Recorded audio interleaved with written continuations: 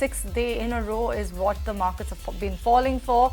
And as you can see, today we are sub 18,900 mark as well for the benchmark indices. And in fact, the selling is pretty furious.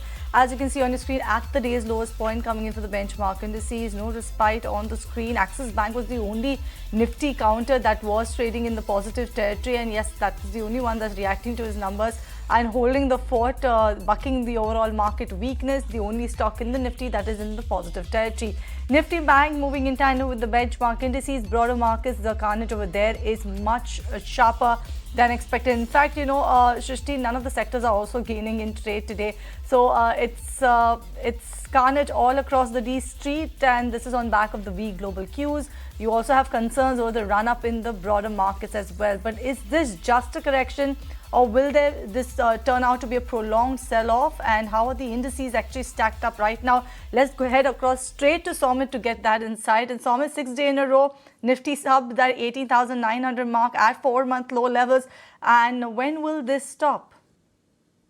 Well, I definitely don't have an answer to when will this stop, but I can just give you a perspective of how bad the fall has been in the last 5 trading sessions. Now, for Nifty, if you see in the last 5 trading sessions, they have declined by around 3.5%. Mid cap and small cap, the fall has been much wider, around 4.6% for the small cap and around 5.3% for the mid cap index. Now, what levels they are trading? Nifty 50 is trading at its lowest level since June 30th, and it's below its 50 and 100 DMA. The Nifty mid cap index is trading at its lowest level since August 25th, and it's trading below its 50 DMA, while the small cap index also slipped below its 50 DMA post yesterday's fall, and it's at lowest level since September 1st. On the RSI front, if you see, now 30 is the oversold zone, and Nifty 50 and Nifty mid cap are trading at around 32, that is the RSI level, while the Nifty small cap 100 index RSI is around 41. And for all the 3 major indices, the RSI is at its lowest since March 2023.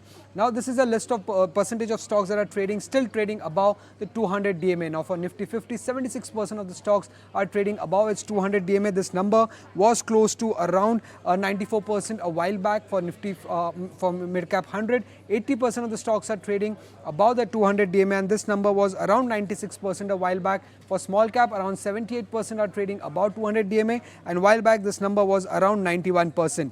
Now, on the stock specific side, in Nifty, only 2 gainers we have seen in the last 5-day move. That's Nestle and Bajaj Auto. Both the stocks are up around 4%, while on the loser side we have Wipro, UPL, Adani Enterprises, NTPC and Divi's Lab, and all these stocks have fallen anywhere between 6 to 7%. When it comes to the mid cap 100 index, only 5 stocks have managed to gain in the last 5 trading sessions. That's Prestige Estates, Persistent, Ipca Labs, United Breweries and Tata Elxsi, and the gains have been anywhere between 1 to 6 odd %. And on the losing side, if you see, top 4 are PSU companies: IGL, Bank of India, Mazgaon Dock and BHEL, and the fall has been anywhere between 12 to 18%. For Biocon, the decline has been close to 12 odd %. When it comes to small cap index, there have been around 9 gainers. Top 5 are BSE, Angel One, Suzlon, Credit Access Grameen and Welspun India. And on the loser side, again, NMDC Steel, Hoodco are PSU companies. MRPL is also a PSU company, while there is HFCL and Zenza Tech also among the top 5 losers.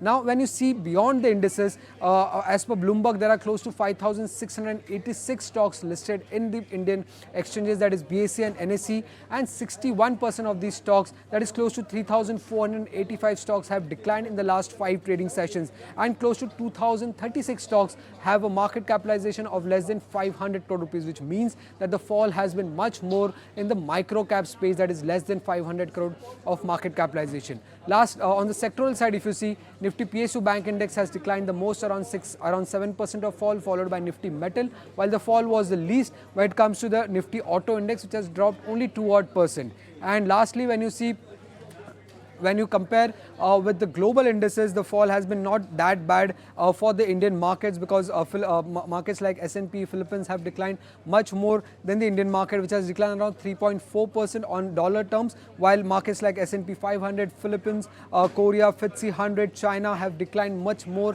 than the Indian markets in the last 5 trading sessions.